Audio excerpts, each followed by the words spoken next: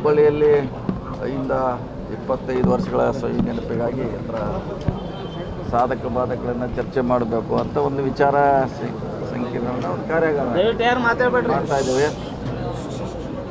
So ಸುಮಾರು ಇಂದಾದಲ್ಲಿ ದಲಿತ ಮೂಮೆಂಟ್ನಲ್ಲಿ ಬೇರೆ ಬೇರೆ ವರ್ಗಗಳಲ್ಲಿ ಕೆಲಸ ಮಾಡುವಂಥ ನಾಯಕರನ್ನ ಇವತ್ತು ಆಹ್ವಾನ ಮಾಡಿ ಅವರ ಅಭಿಪ್ರಾಯ ಪಡೀಲಿಕ್ಕೆ ಇವತ್ತು ಸಭೆಯ ಮುಖ್ಯ ಉದ್ದೇಶ.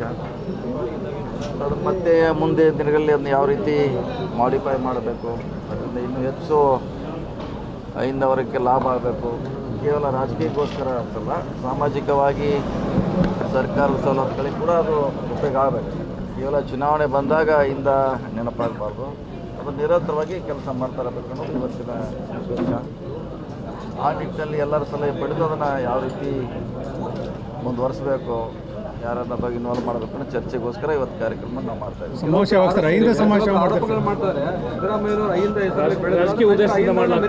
ಅದನ್ನೇ ನೀವು ಹೇಳ್ದ, ಈಗ ನೀವು ಕೇಳೋಕ್ಕಿಂತ ಮುಂಚೆನೇ ಹೇಳಿದ್ದೀವಿ, ರಾಜಕೀಯಕ್ಕೋಸ್ಕರ ಆಗಬಾರ್ದು, ಸಾಮಾಜಿಕವಾಗಿ ಅವರ ಶೈಕ್ಷಣಿಕ ಸರ್ಕಾರದ ಮಟ್ಟದಲ್ಲಿ ಸೇತುವೆ ರೀತಿ ಕೆಲಸ ಮಾಡಬೇಕು, ನಮ್ಮ ಸಮಸ್ಯೆಗಳನ್ನು ಆಲಿಸ್ಬೇಕು. ಕೇವಲ ರಾಜಕೀಯಕ್ಕೋಸ್ಕರ ಉಪಯೋಗ ಮಾಡೋದು ಸರಿಯಲ್ಲ. ನನ್ನ ವಾದ ಅದೇ ಹೇಳೋಕ್ಕಿಂತ ಮುಂಚೆ ನಾನು ಹೇಳಿದ್ದೀನಿ. ಇಲ್ಲ, ಅದಕ್ಕೂ ಇದಕ್ಕೇನು ಸಂಬಂಧ ಇಲ್ಲ, ಅದಕ್ಕೇನು ಸಂಬಂಧ ಇಲ್ಲ. ಇದು ಮುಂದಿನ ನೆಕ್ಸ್ಟ್ ವರ್ಷನ್ ಇದು 4G ಆದಮೇಲೆ 5G ಐದ ಇರಲೇಬೇಕು, ಅದೇನು ಪ್ರಶ್ನೆ ಇಲ್ಲ. ಯಾಕೆ ನಾವೆಲ್ಲ ಚುನಾವಣೆಯಲ್ಲಿ ನಾವು ಗೆಲ್ಲೋದು 5 ವರ್ಗಗಳಿಂದ ಹೆಚ್ಚು ಅವಲಂಬನೆ ಆಗಿರ್ತೇವೆ. ಅದು ಕೇವಲ ರಾಜಕೀಯಕ್ಕೋಸ್ಕರ ಉಪಯೋಗ ಆಗಬಾರ್ದು. ನಮ್ಮ ಶಿಕ್ಷಣಕ್ಕೆ, ನಮ್ಮ ಸವಲತ್ತುಗಳಿಗೆ ಸರ್ಕಾರ ಮಟ್ಟದಲ್ಲಿ ನಮ್ಮ ಪ್ರತಿನಿಧಿಯಾಗಿ ಅದು ವರ್ಕ್ ಮಾಡಬೇಕು. ಆ ನಿಟ್ಟಿನಲ್ಲಿ ನಾವು ಚಿಂತನೆ ಮಾಡ್ತಾ ಇದ್ದೀವಿ. ಸರಿ, ಸಮಾವೇಶವಾಗಿ ಮಾಡಿಸೋ ಚಿಂತನೆ ಸಮಾವೇಶ ಇಲ್ಲ, ಈಗ ಸಮಾವೇಶ ಇಲ್ಲ.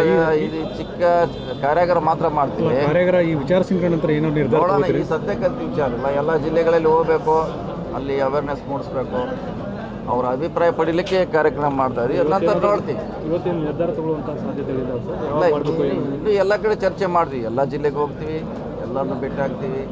ಹೊಸ ಇಂದ ಯಾವ ರೀತಿ ಕಟ್ಟಬೇಕು ಅನ್ನೋದು ಚಿಂತನೆ ನಡೀತಾ ಸರ್. ವಿಚಾರ ಸಂಕಿರಣ ರಾಜ್ಯಾದ್ಯಂತ ಮಾಡ್ತೀರಿ? ಎಲ್ಲ ಅದು ಡಿವಿಷನ್ ವೈಸ್. ಈಗ ಜಾತಿ ಗಣತಿ 3 ತಿಂಗಳಲ್ಲಿ ವರದಿ ಬರುತ್ತೆ, ಇನ್ನೂ ಕೂಡ ಆಗ್ತಾಯಿಲ್ಲ, ಮಂಡನೆ ಆಗ್ತಾಯಿಲ್ಲ. ಬರ್ದಿಲ್ಲ, ಅದು ಇನ್ನೂ ಸ್ಲೋ ಆಗಿ ಹೋಗ್ತಾ ಇದೆ.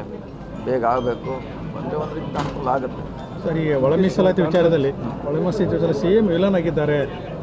ನಾವು 17% ಕೊಟ್ಟಿದ್ದೀವಿ, 15 ಕೊಟ್ಟಿದ್ದಾರೆ ಕಾಂಗ್ರೆಸ್ನವರು ಅಂತ BJP ಅವರು. ಹೆಂಗೆ ಅಂತ ಎಲ್ಲ ಸ್ಟಕ್ ಮಾಡಿದ್ದಾರೆ. ಎಲ್ಲಿಂದ ಆಗಿದೆ? ಕೋರ್ಟಿಂದ ಆಗಿದೆ.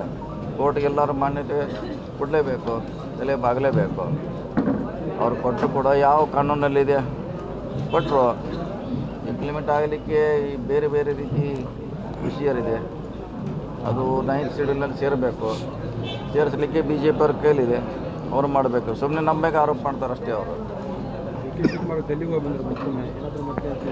ಹೋಗ್ತಾರೆ, ಅವ್ರಿಗೆ